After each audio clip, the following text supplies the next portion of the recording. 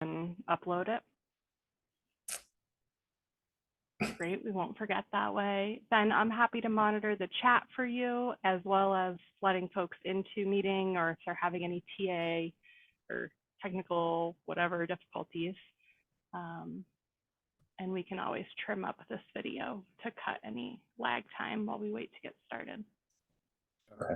Yeah, I probably could have waited a second, but all good. Thanks so much for those who've joined so far. We'll get started in just a minute.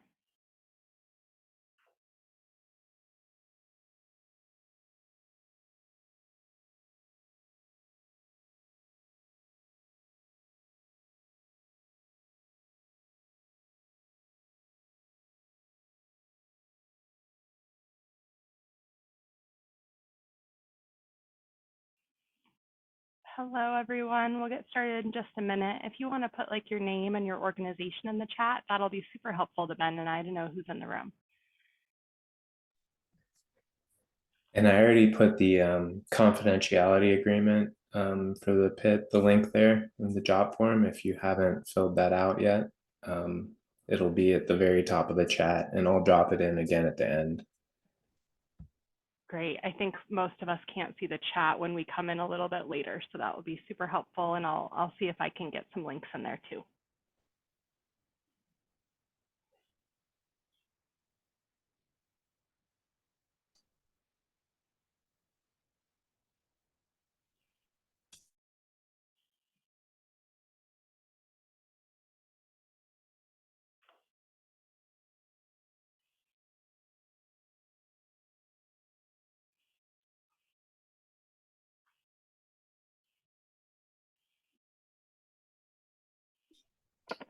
Anyone have any trouble getting on just to start? Looks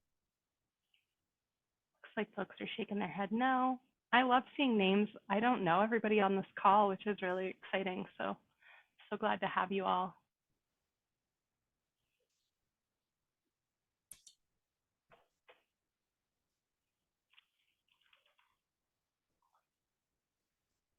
Maybe give it one more minute and then get rolling. Yeah, that'd be great.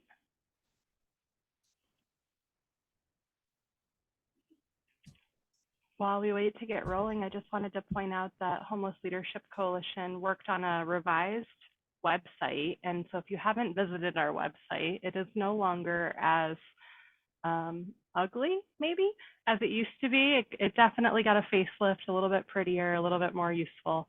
And drop in the link to the PIT resources page, which is where everything you'll need will be uploaded after the training. So wanted to make sure you guys had a chance to pop that open. That also contains a link to the confidentiality form that we'll need participating providers to complete.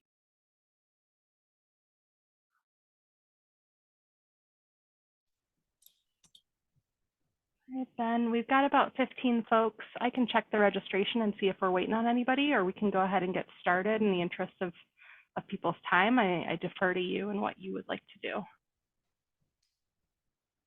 Yeah, I think we can get started. This is being recorded, so we can, people can watch it later too. Okay, well, good afternoon, everyone. Thank you for taking time out of your day to come to this training. My name is Ben Scott, and I'm the Unsheltered Unhoused Services Data Coordinator. I'm still getting the hang of that for Neighborhood Impact, and I work for Neighborhood Impact, but I serve on behalf of the Homeless Leadership Coalition and the rest of the COC. So today we're going to be going over the PIT count and specifically the shelter training side of that. If you're here for the unsheltered training, don't worry, we're going to cover a lot of the same stuff. You'll get the same information. That is tomorrow morning if you'd like to attend that. But if you can't attend that, we're going to cover most of the same information here, just slightly different flavor. All right, let's get started. So just to start out, I want to go over the PIT count details, the what, when, who, and why. And then the rest of the presentation will be more of the how of how we're planning on carrying out the pit. So what is the pit? The pit is the point in time count. For Central Oregon this year, it's a single night census. It's not always a census, but we've elected to do a census, which is like an attempt at a full count of all individuals experiencing homelessness within our continuum. And this includes unsheltered and sheltered homeless individuals. I'll get into the specifics on those, how we're defining those in the next slide. When is the pit? HUD, it's a requirement that the pit takes place in the last 10 days of January, but Continuum can elect which day, and we have elected this year to do it on Tuesday, January 23rd. So that is the night of the pit. All of the surveys that you'll conduct will reference that night.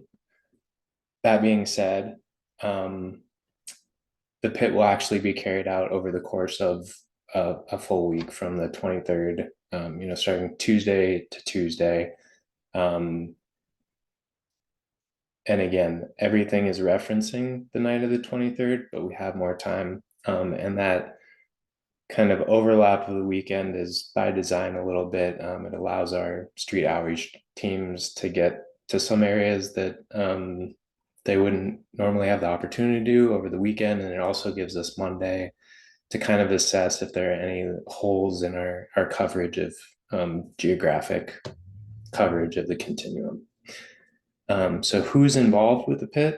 The survey participants, so the people who are being surveyed, are individuals and families experiencing homelessness, sheltered or unsheltered, within our continuum. So that's Deschutes, Crook, Jefferson, as well as the Confederated Tribes of Warm Springs. I also wanted to include the survey administrators. So all of you, service providers and community partners, you're all critical for this effort, and we couldn't do this without you. So we appreciate all of your participation and hard work on this, leading up to this weekend during. So why do we conduct a pit? Aside from it being required by HUD of each continuum of care, the data that we generate through the pit helps state and federal agencies allocate funds to us. So a lot of the funding decisions are based on, the extent of homelessness within our community. And this is one way we can really show that. In addition to kind of securing those funding grants and whatnot, it helps us as a community to shape the projects that we want to fund and kind of see, where are the issues within our community? How do we want to address them? So it's also very important for that.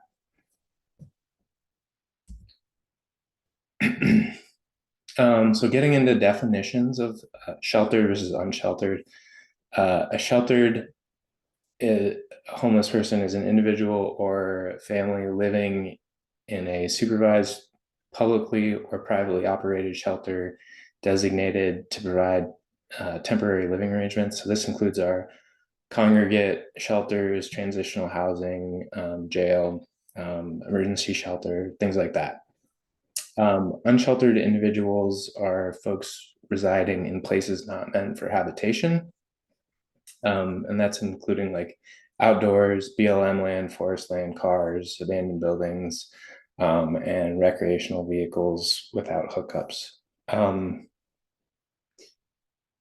There are some gray areas, and if you have questions about those gray areas, we can delve into it a little bit deeper. But really, unless you're like one of those people who fall into that gray area, we'll just leave it at that, so that there's not really any confusion beyond those instances of people who are working for projects that have some questions, and we can address those. Just reach out to us, or we can bring it up in the questions at the end. Excuse me. So we've kind of covered the who, what, where, why. Now we're going to get into the how of how we're going to conduct the pit and the methodology. There are two kind of information systems we're going to be using for all the data and the administration of the pit count. One is our HMIS system, which is the WellSky Community Services. This will be primarily used for the sheltered count, so the folks staying in emergency shelters or transitional housing. And that's really for those projects that are HMIS users already. That is our preferred collection tool. And then the second one is Counting Us, which is really a kind of purpose-built software platform for the pit. So we'll go through the HMIS workflow and then talk about some instances in which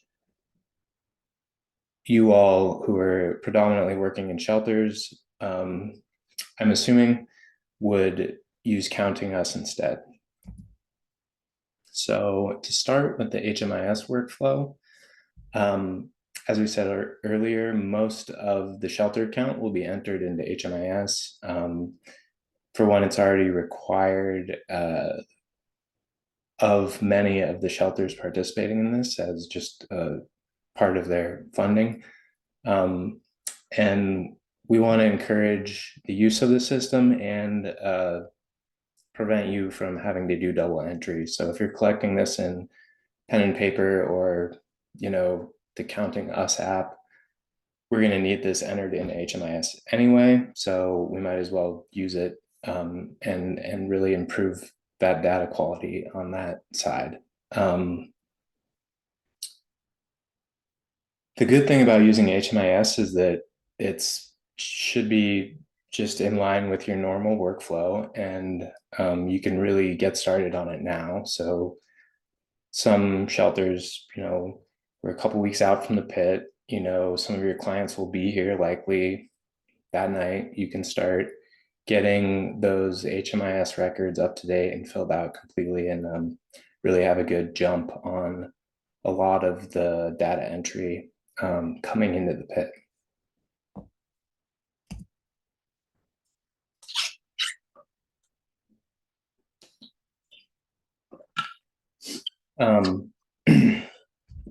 So getting into the actual HMIS workflow, really it should be how you're using HMIS normally, and we want to ensure that we have all the standard HUD universal data elements for clients on the night of the pit. And really this should be what we're doing anyway, but especially for the night of the pit.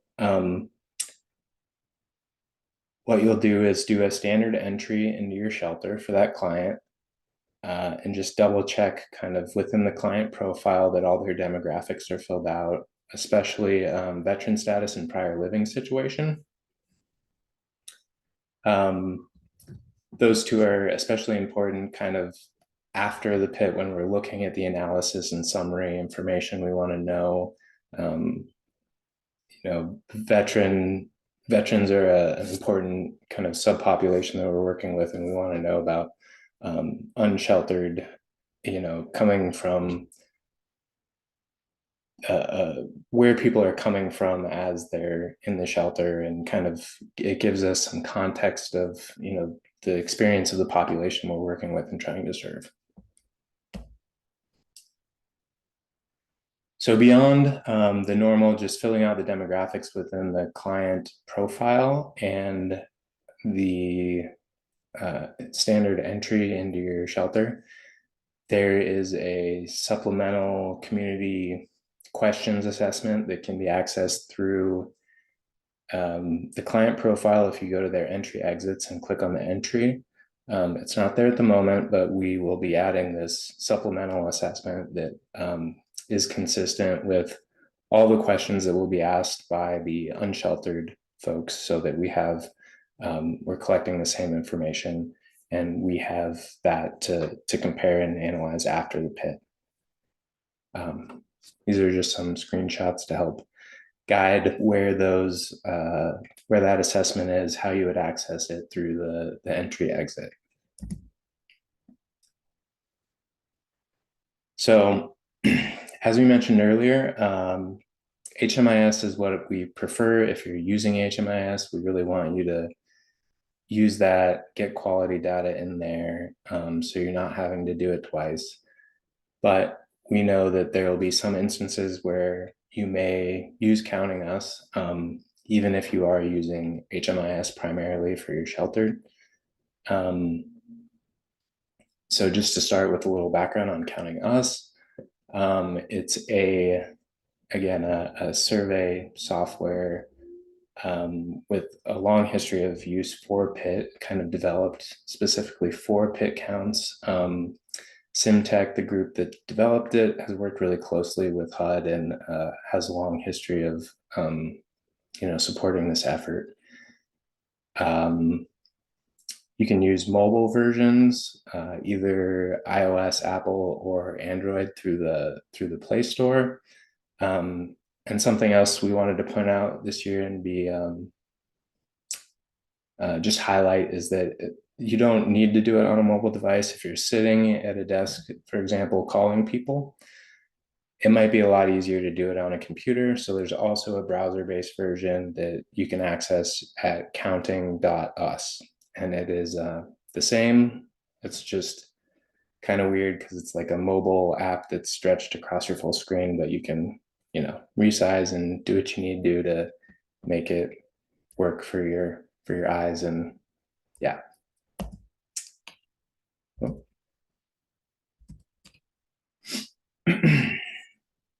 Okay, so as we said a little bit ago, we want primarily for this group, the sheltered group, to be using HMIS, but there are some scenarios that we can see, Counting Us being used instead.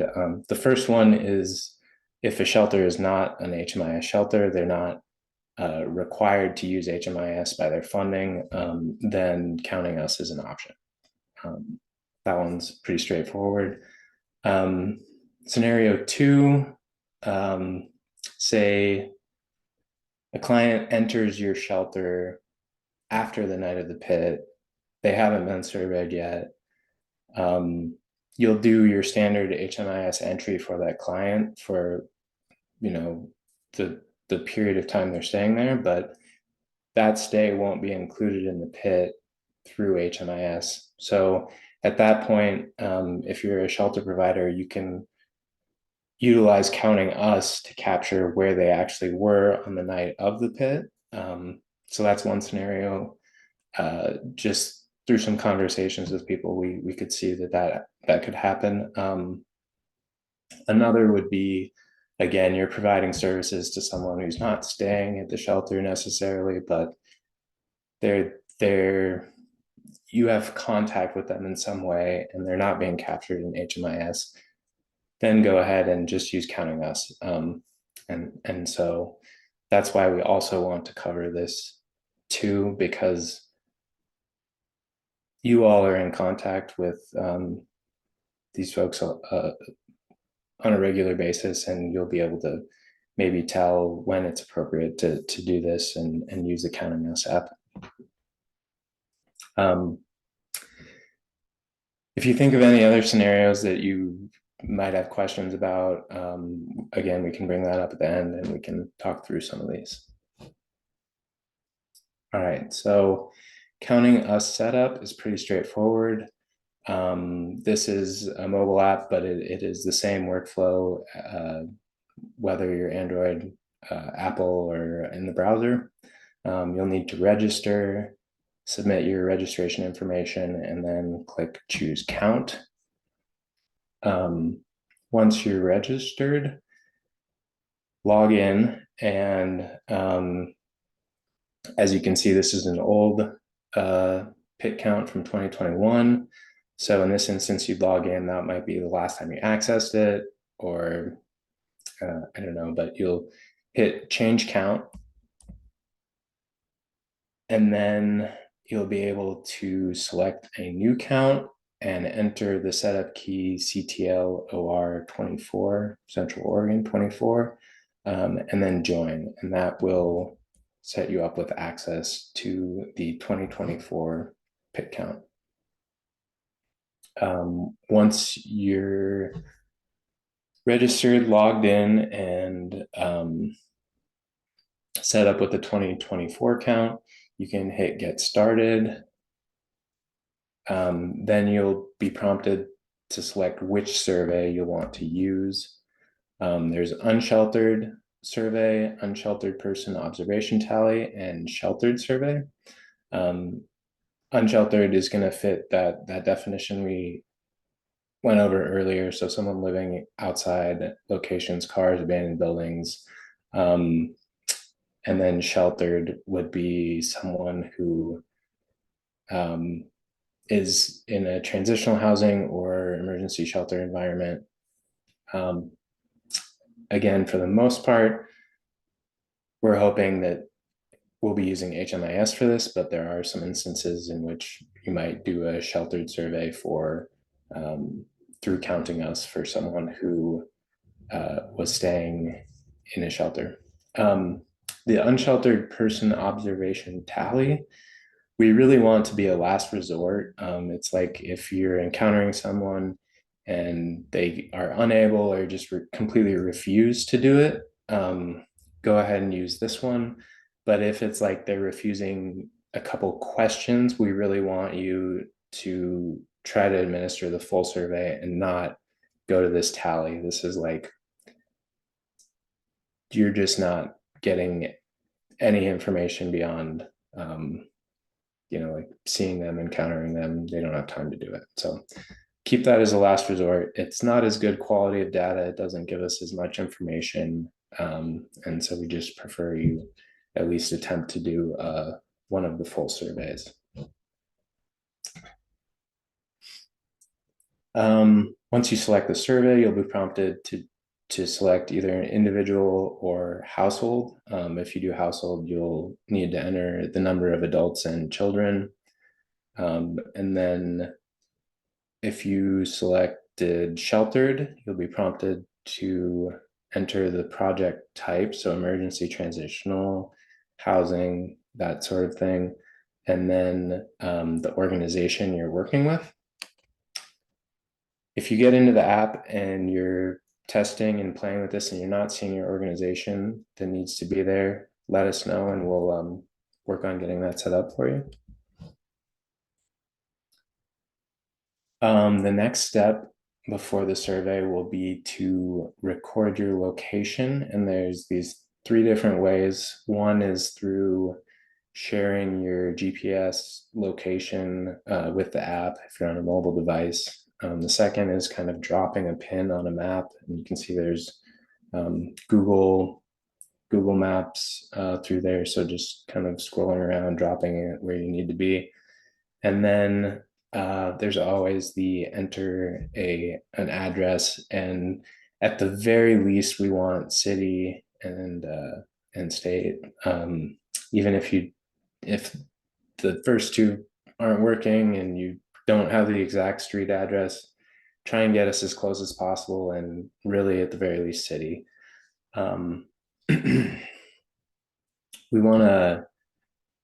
We also want to make it clear that this location information is not for the purposes of targeting individual clients for any reason. This is more for helping with, when we roll up numbers at the end in our analysis, we're doing aggregate geographic analysis of the aggregate data. So looking at, like, for example, how many people in Sisters and Redmond and that sort of thing. We're not looking at individuals. I know that can be a sensitive data point to collect from this population. And if there's hesitation, we can communicate that's what this is for. It's not anything beyond that.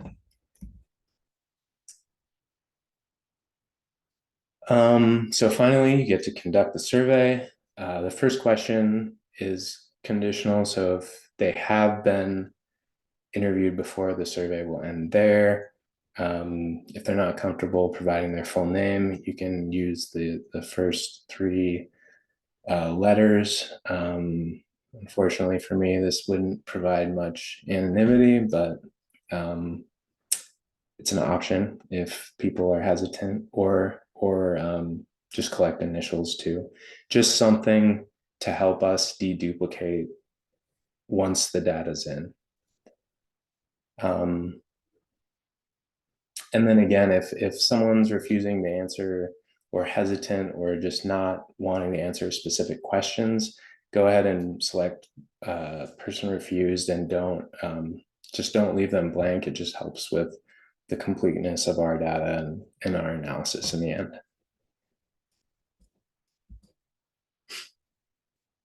Finally, you'll submit the survey. Record any notes you feel are relevant in this section. Again, we really want to emphasize that we want some geographic information. And if you have any doubts about, like, it looked like the pin dropped somewhere that wasn't your location, you can put a general location here too, or any other note that you think helps provide some context to the survey that you think is important. If you're not connected to data or Wi-Fi or internet, you can select Save Draft, and there's this kind of inbox looking icon at the bottom of the app, and it'll kind of update with the number of saved drafts at that point with these badges. Once you get back to internet connection, you can go to this drafts box, and you'll have to click each individual survey, and then it just opens that survey and you just submit it from there.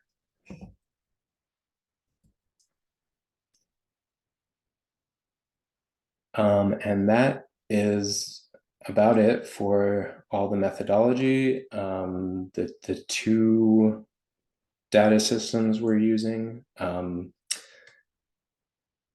Leading up to the pit, we want to be as supportive as possible, getting you resources, information you need, any questions you have. Those questions will also help us to think about maybe pieces we missed. So please bring those up to us.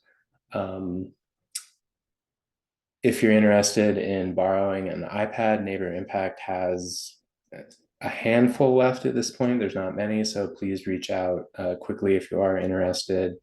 And just shoot me an email at ben.s@neighborimpact.org. Office hours, I'm going to be hosting from 2 to 3 the following Tuesday and Thursday, the next 2 weeks, so the 9th, 11th, 16th, and 18th. Non-HMIS shelters, I said this a little bit earlier, if you're not seeing your project in Counting Us, let us know.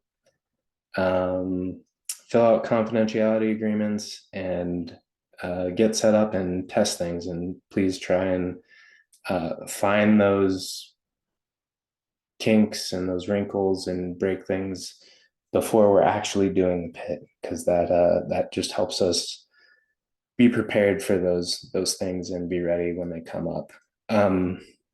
Stacy, I saw safe parking guests. Should we entered under shelter guests or outreach?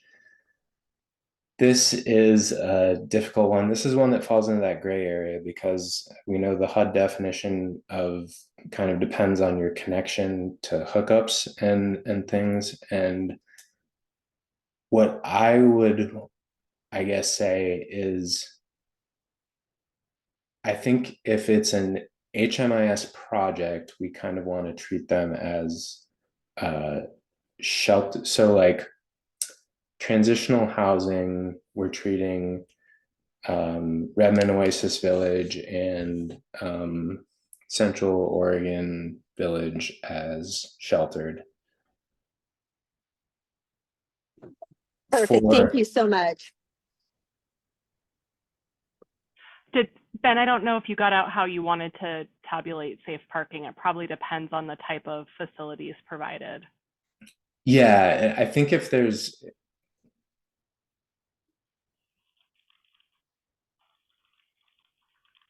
I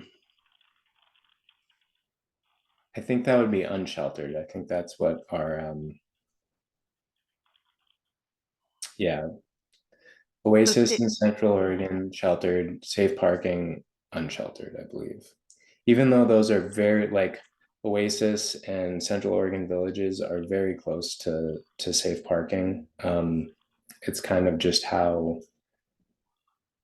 I think we interpret the HUD guidance, and they do leave some room for us to interpret. So just to summarize, shelter alternatives like Oasis Village and Central Oregon villages will be an established shelter project, but for the purposes of the count, since most safe parking locations do not have hookups, like people's RVs aren't able to connect to sewer or water regularly and they're relying on porta-johns, we're going to say that's unsheltered status. Is that's what you're saying, Ben?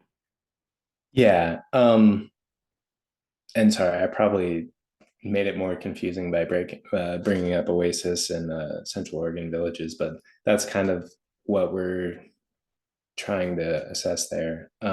But yeah, what Lindsay put in the chat, Oasis and Central Oregon villages, we're counting as transitional. Safe parking, we're going to count as unsheltered. Susan Cobb, you have your hand raised. So I have several questions. So to start off with the beginning of your presentation, when you were talking about the date, the 23rd, are you saying that no matter when we do this between the 23rd and the 31st, we use that date, that's only the 23rd, correct? Yeah, so Okay. the survey is referencing the night of the 23rd. That's what you're asking about. We have kind of the remainder of that week to work with people, and we're trying to reach as many people, so we're giving us that period of time to talk to people, but it's always referencing the 23rd as the subject of the survey. Where were you that night? Okay. On the concern of whether using HMIS or counting us, so in Sisters, we do not have an established shelter. And so pretty much everyone's unhoused, but there may be an emergency shelter, not an HMIS one, for the next couple of months. So one could, I don't think I'm the only person that's going to be doing this in Sisters. So if one is recording at that shelter, if it's not HMIS, then they would be using Counting Us. Is that correct? Yeah, if the shelter isn't set up and using HMIS, you're not otherwise required to be using HMIS, you'd use Counting Us and just do a sheltered survey Okay. through that And app. so if someone else is out in the forest and now that person that used the shelter the night before got counted, Counting Us, how would we know? There's no way to know, is there? No, I mean, if You could ask them. Yeah, that's why the first question, I mean, the first question is, have you already been surveyed for this? And they could say no when they have, and then that's why we're kind of trying to ensure that we're collecting at least something for a name, even if they don't provide their full name. At least it's giving us something to deduplicate on. And again, they could give different information that time, and we wouldn't know, especially if it's, a different person encountering them the next day. They wouldn't know that they've already been surveyed. So that's just something that we have to deal with. Yeah, so to Uh, summarize, because those were super good questions, I want to make sure everyone heard the answers, Well, Susan. I'm not done. Can I? Okay, Yeah. sure. So my third question is, you mentioned that we're supposed to enter the organization we're with. Now, I'm not affiliated with any organization. So I'm just an individual that has signed up to help. So, yeah, so that was in reference to um, if you're doing a sheltered survey, Oh, that's okay. associated with a specific location and a specific project. So it's not the project that you're affiliated with. It's the project, if this individual was sheltered on that night, it's the project that they were staying with or Okay. that night. Yeah. Okay. And then,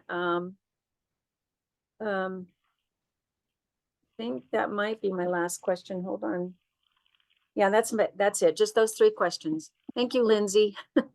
Sure. Yeah. So I heard just a friendly reminder to always ask and call back to the night of the 23rd. So if you encounter someone on Wednesday, Thursday, Friday, Saturday, Sunday, you're always asking about where they spent Tuesday night.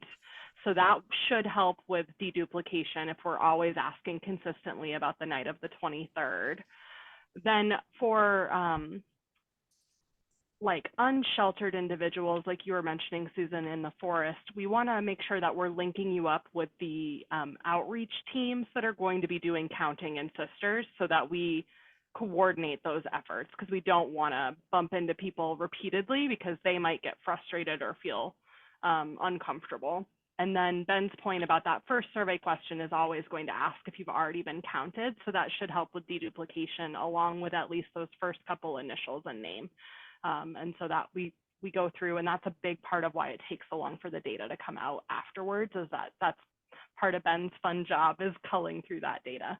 I can't remember because you asked such great questions if I forgot something in there, but appreciate that. No, yeah, and my last one, he answered, I think, fully what that last one was about. You know, if saying what organization you're with, but you only need that if it has to do with shelter.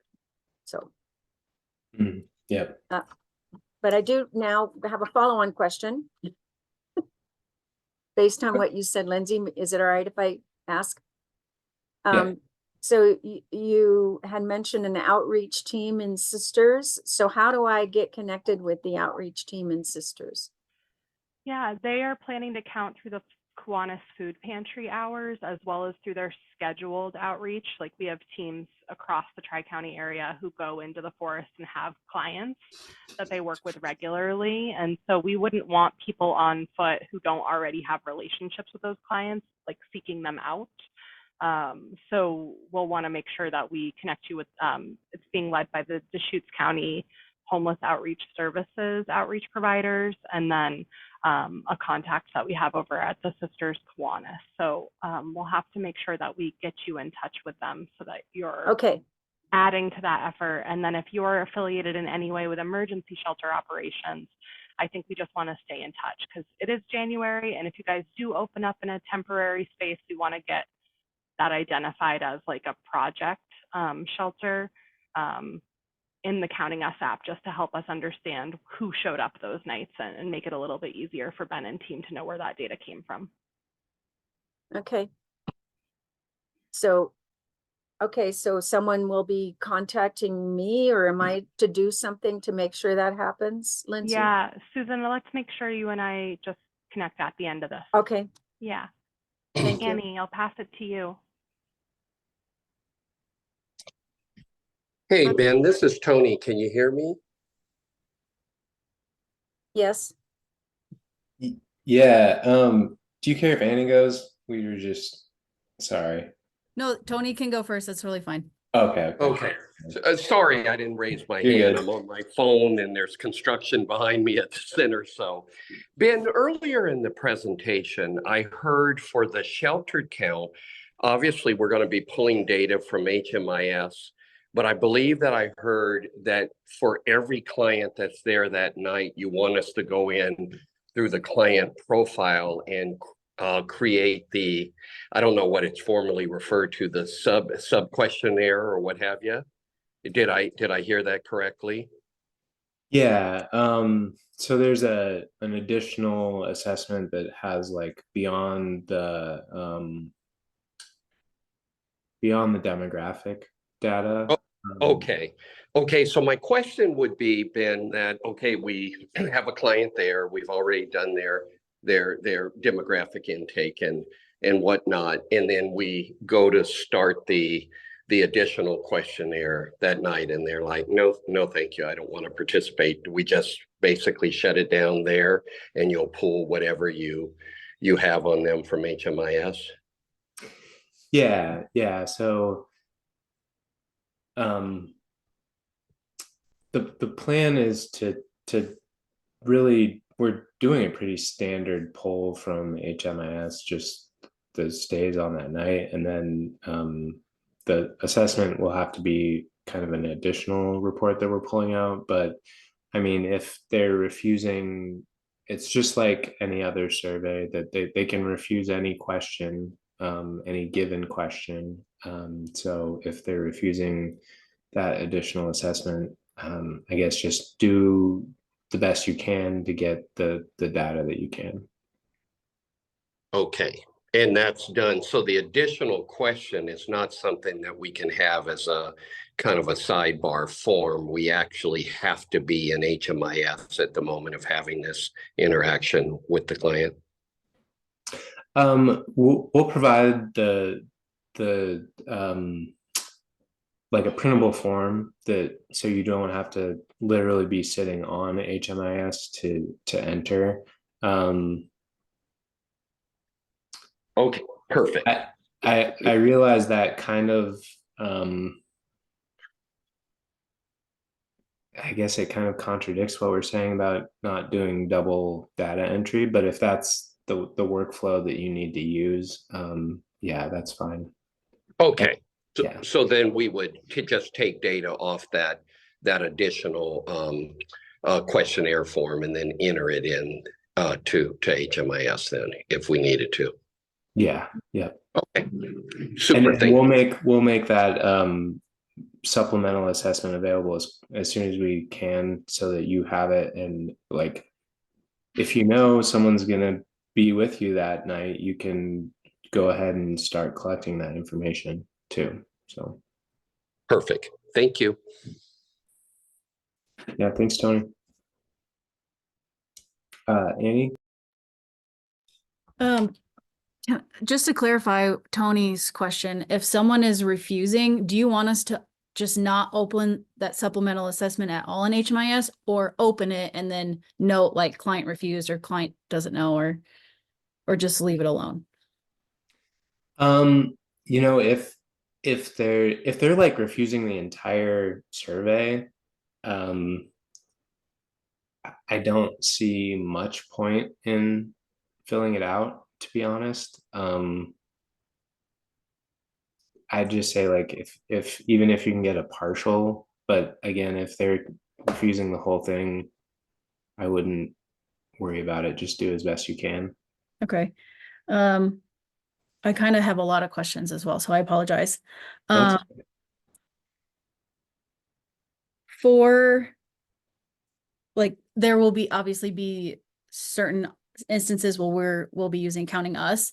Historically, I've been the one that does it for BI. So do my staff need to sign the waiver if they're just going to be in person with the sheet of paper asking the additional questions for me to then input later? Or do I just need to sign the waiver because I'm the only one using Counting Us and will probably be the only one using HMIS? Or do any staff involved with the pick count have to sign it? That's a good question.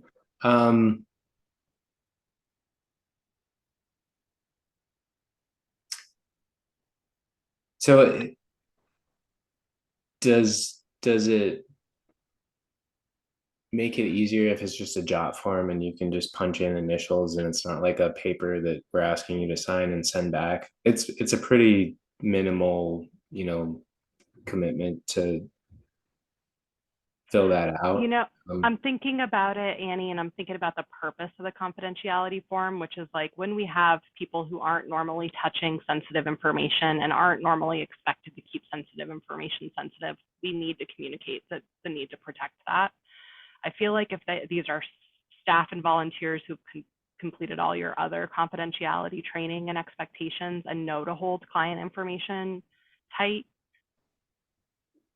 I don't know that we're going to worry too much about the JOT form, but community volunteers that are supplementing or people who don't typically ask these types of sensitive questions, the purpose of the confidentiality agreement is to let them know it's really important to hold this safe and secure. So I think procedurally, we might leave that to your team at the BI to decide. And certainly those people who are entering data into Counting Us should absolutely complete the JOT form. But if there's another process that's more typical of your shelter operations and those folks have had that training and confidentiality, then I don't think we're going to get too picky. Yeah, I mean, we only have staff here that do surveys and they mostly do the supplemental sheltered one. It's usually me or Liz or Tara doing the other ones, but okay, that's helpful. Another question. For families, do we have to ask both parents or just one? Do we just collect the household? We don't have to do 2 different surveys? yeah, I think just the household, and that would be the workflow in HMIS anyway, right? Like just going with the household. Okay. Another question. I think it's my last question, so I apologize for all of them. There are some instances when we have non-residents on site and it's not necessarily ideal or safe for our staff to be doing a unsheltered survey, like at 2 a.m. and someone is here and they just, want socks or whatever. I don't want to ask my overnight staff to do that. Is there a way we can know where kind of like the unsheltered locations are happening? Because my understanding is that there's maybe more incentives for them. Like, is there a way that we could, if need be, we can refer elsewhere for our non-residents? That is such a great question, but I don't believe we are eventizing in the sense that like we're going to known locations like encampments and providing incentives, not necessarily saying show up at X address between 10 and 2 to do the survey. So I totally hear that dynamic. And I can take that question to a meeting I have right after this to check in further, but I don't believe we want to be sending people from one location to another location. But if they happen to get meals at the family kitchen and they're counting, they may see the survey and incentive opportunity. They're minimal. It's going to just be a $5 gift card regardless. Yeah. Yeah. That's just what I was wondering, because I mean, we'll obviously count all of our residents and we always try to do our best. Like if someone comes for clothes or food or whatever, but I just know that there are some instances where that won't happen. Like we won't be able to capture that non-resident. So I just wanted to make sure we are covering all of our bases. Okay, that's it for me. Good questions. Thank you. Anyone else?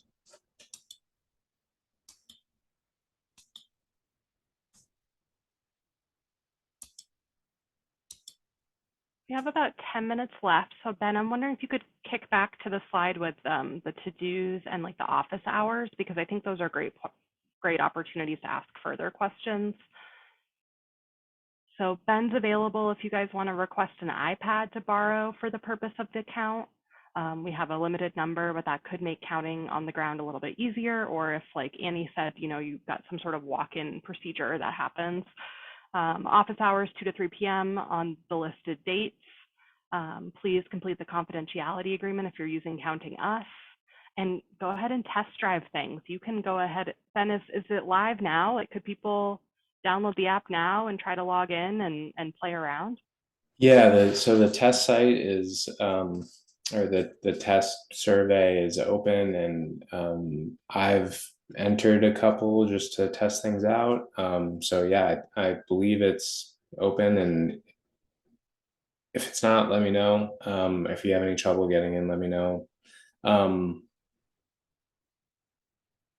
other thing I might add, when you register, do use the phone number that you'll be, if this is a little bit more for the unsheltered group if they're out doing street outreach, but do enter the phone number that we'll be able to reach you at. If there's an issue as a survey comes in, we want to be able to get a hold of you and ask a question or just follow up, just so that we can do that in real time and not have it all at the end and have a bunch of questions. So that was kind of a tangent, but I just wanted to say that.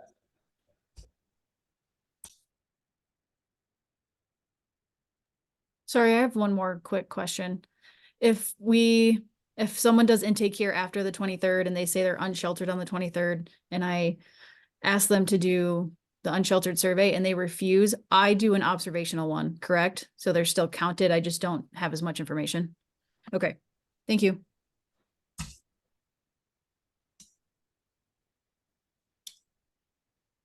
Susan? Yeah, so just I think you must have said this early on, but you download Counting Us or Counting Us Test, the app. I mean, how do we get the app for our phone? If you're Android, go to the Google Play Store. Either way, if you search Counting Us, the company is Simtech Solutions. If you that should be verified, and these app stores are pretty secure, so you should be getting the correct app. You're not downloading something weird. It should look like this, and it's free. So you just go there in the app store and download it, and then kind of walk through these steps.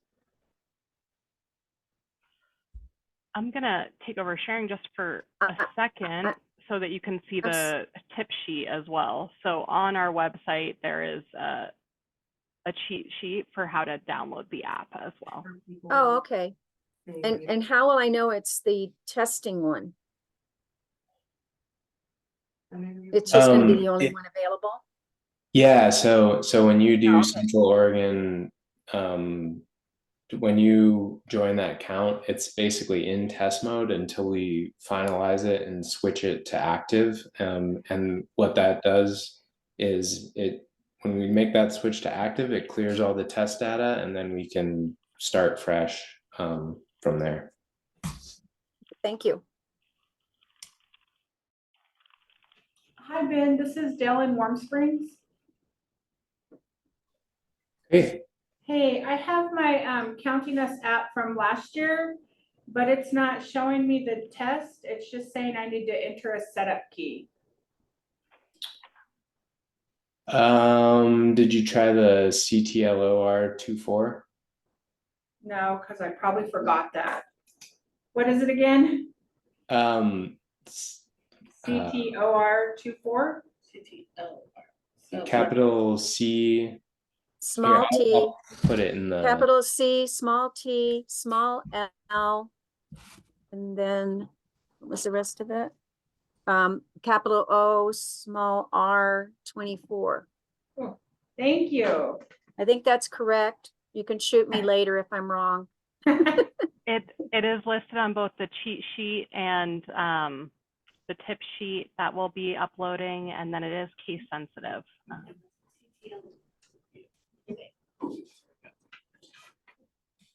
John.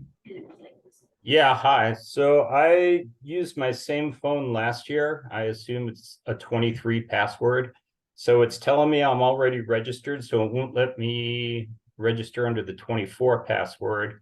But then when I try to re-log in, it tells me that combination of my email and the new password does not exist. So not sure what's going on there. I think there might be there might be a point where you can choose to change count, and that would be where you would enter that Okay. Central Oregon one.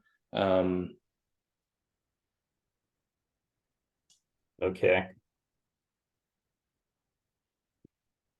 So that's what except that's that's right at the beginning though, when I click on counting us.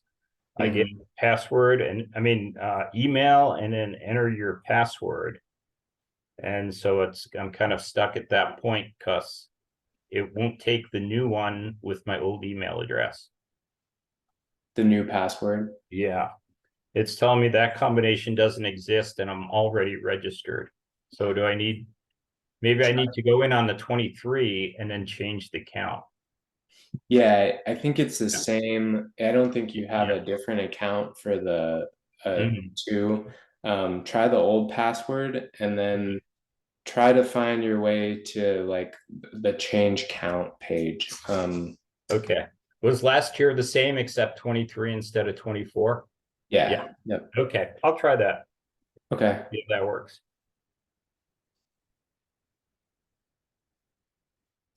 Yeah, and if you keep having issues, reach out or come to one of the office hours and we can kind of troubleshoot there too.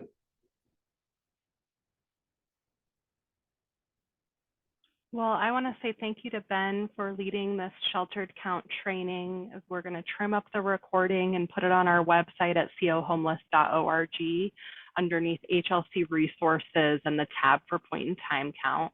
We'll also put like a PDF of the training, any other supplemental questionnaires, forms that we have, we'll get up there.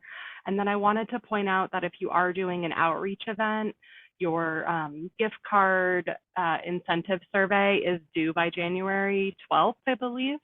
And if you would like an iPad, we'd like you to request it by that date as well, so we can coordinate delivery in advance of the count. And then I just want to give Ben a super shout out for all the troubleshooting and check-ins he's going to do. And I want to thank our shelter providers for the hard work of sheltered data entry all the time, and especially in this month leading up to point in time count, so that our polls can be as complete as possible. We know that that takes a lot of effort. And then what we always hear year after year is, oh gosh, that was an undercount, or gosh, we didn't get all the data we needed. But together we will do that, right? We will have clients refuse, but we can only have the most complete count that our providers are able to give us. And you guys play such a crucial role there. So I'm going to say thank you, because I know it's hard work, but it does lead to investment. So appreciate you all so much. And we'll see you in office hours. And thank you.